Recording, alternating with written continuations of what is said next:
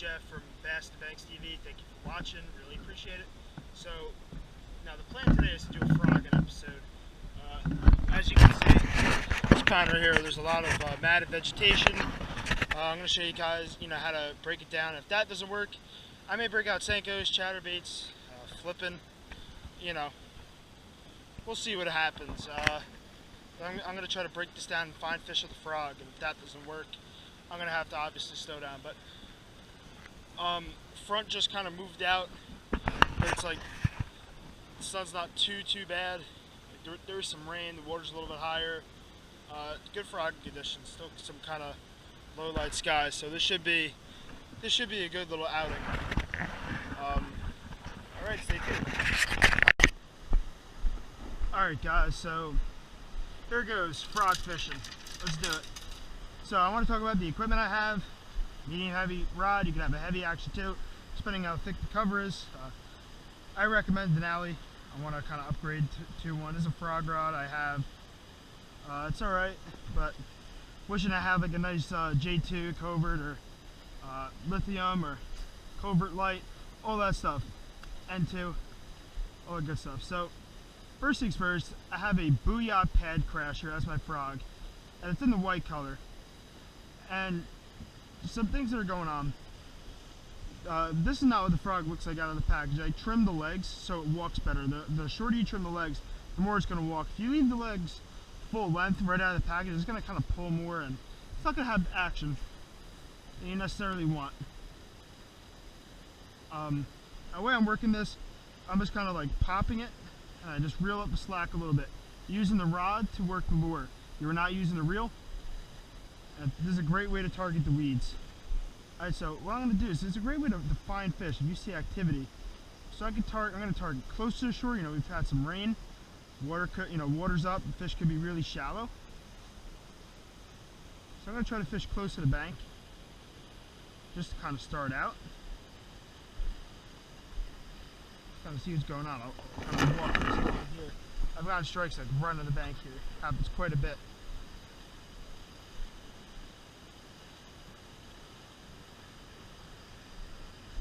And one thing I will tell you, that when a fish grabs this bait, you're going to want to jerk, and you're going to get scared, you're going to go crazy, you're going to want to pull the bait immediately, but you got to let them take it. Alright? You got to let that fish get the bait all the way down its throat before you do anything. That's so important. If you let the bait lands, let it kind of sit a little bit till ripples disappear, just like fishing a pop or any other type of topwater bait, and then you can begin working it. When you're working it over weeds, it gets it over water, let it sit for a bit. That'll kind of just do its thing. So guys, it's like 7:30 right now. Check out these sunglasses. Look how clear that is. That is so cool. These are the Aaron Martin series of solar bat sunglasses. Take a look at them. These are so good, so comfortable. They fit perfectly. They make a size for everybody. Shoot. I saw a fish jump down there. You want to hit the frog? Pretty good cast. Let's see. Come on. Eat it. Eat it. Eat it. Saw a fish jump. Come on. Yeah, I think I got to make an even better cast. Thought that was good enough. I think it needs to be even better.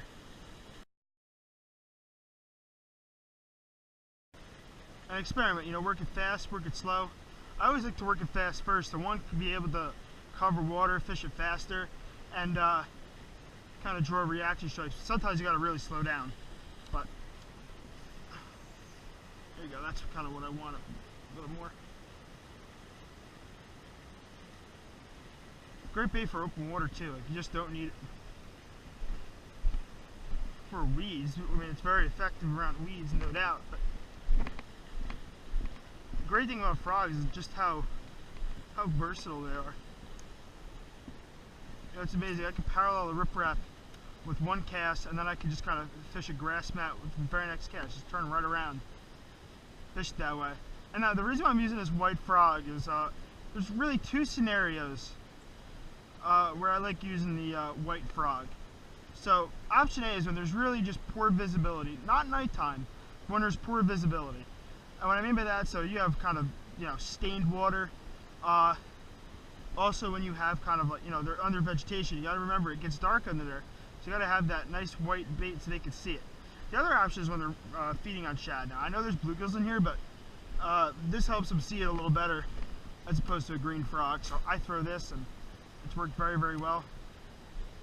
Should have like a Senko or something ready to go if a fish blows up and your frog doesn't eat it.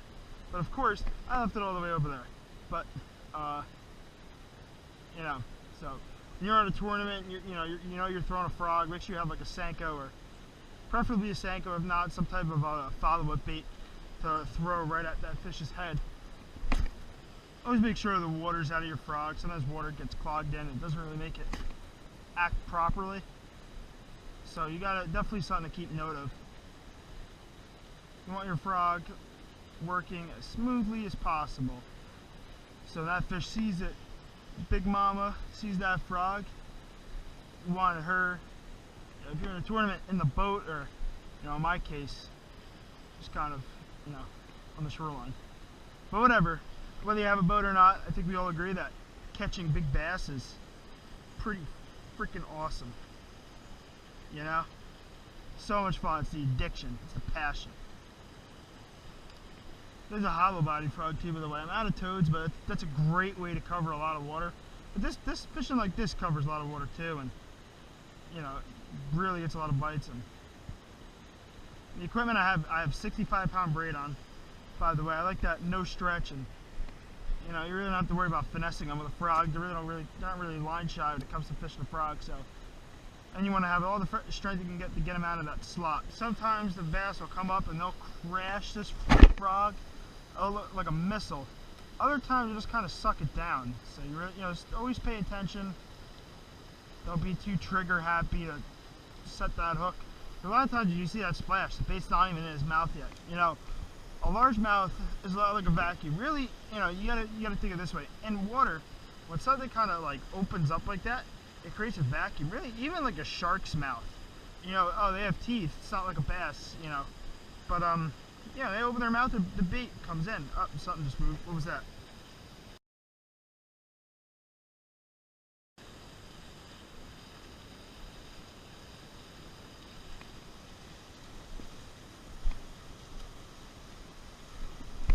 Got one.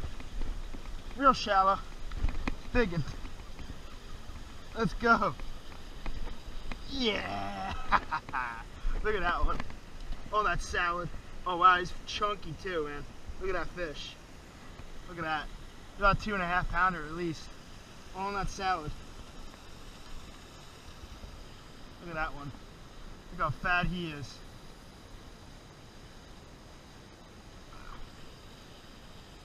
This fish, nice fish. Not a mark on him either. I don't think this fish has ever been caught. I don't know, maybe. If he has, probably. I mean, there's not too many fishermen in this town. Booyah! He just kind of swirled on it. That was a good fish though, too.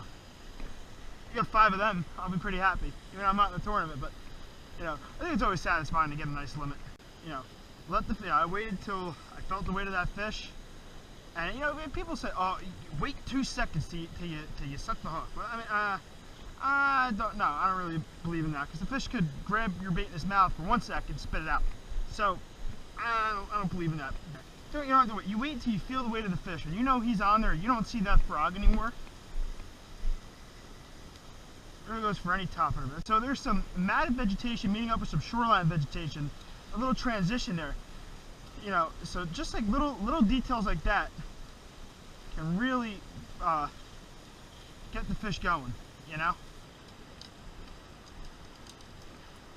So you guys, this kind of garbage doesn't really happen with Denali rods. I need to get a Denali frog rod. I need to just replace my whole lineup with Denali rods. I think you guys should too. These are very wallet friendly rods, the Denalis. I'd say especially for their quality. I mean, they're insane.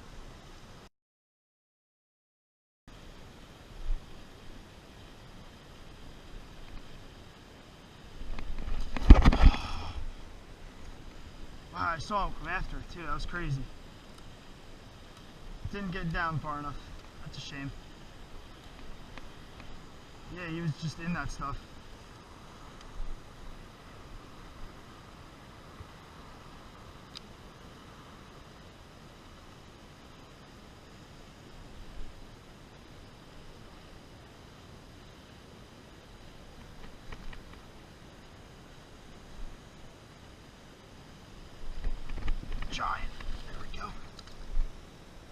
Nice. Look at that snow knock on him too. We're on the road. Probably that looks like the one I missed earlier on the frog too. Oh wow.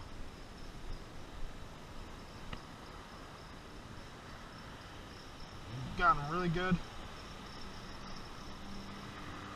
Look at that one. Got a nice fish or what? Look at the gut on that thing. That thing's been munching. I just flipped it in, kind of yo-yoed it.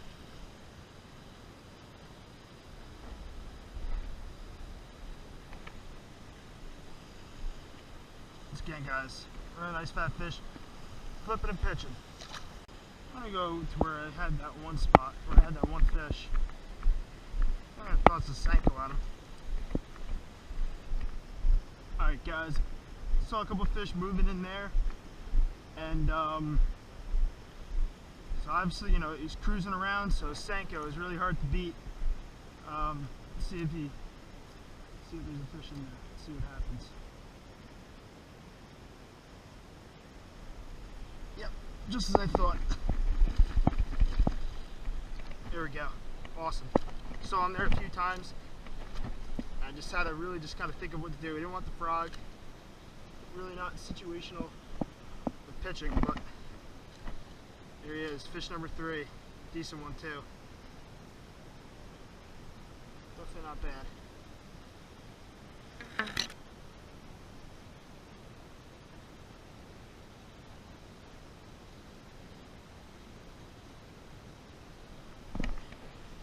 Guys, check that out. Gorgeous little fish. Pretty skinny, but right where I thought he would be.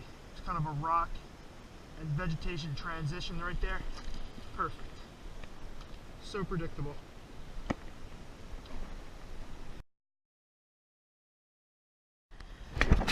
Alright guys, it's getting late. It's closing at about 9 o'clock right now. And yeah, I really don't have too much time. I didn't have a lot of time in this little expedition. I had to make the most out of what I had. Came home from work, a long work day. I'm sure all of you guys know who are watching this. So you got to make the most out of what you have and try to really adjust as quick as you can. So I got one on a frog, I lost one on a frog, and they really weren't eating it as good as I wanted them to. So I had to adjust. I had to slow down and punch the match of the you know, beaver style bait, a striking rod with a 1 ounce weight. Kind of had to drop it on their head. Same thing when I got the fish in the Senko, I just kind of tossed it. I knew that fish was hanging in there. I saw him there a few times. Didn't really want the frog.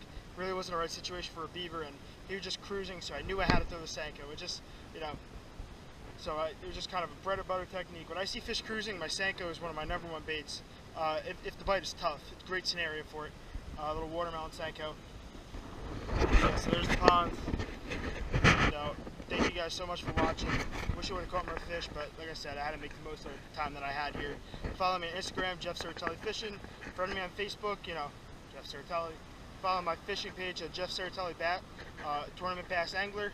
Follow that on Facebook, and check out Denali Rods, Solar Bat Sunglasses, and use promo code JEFFS, all caps, JEFFS, for a 20% discount on your order. Sure to be an order you're never going to forget. It's going to make you a better angler. I swear, I promise that it will. You will see more fish, you will see more detail on the cover, and it will make you a better angler. Once again, thank you so much for watching. Good night, guys.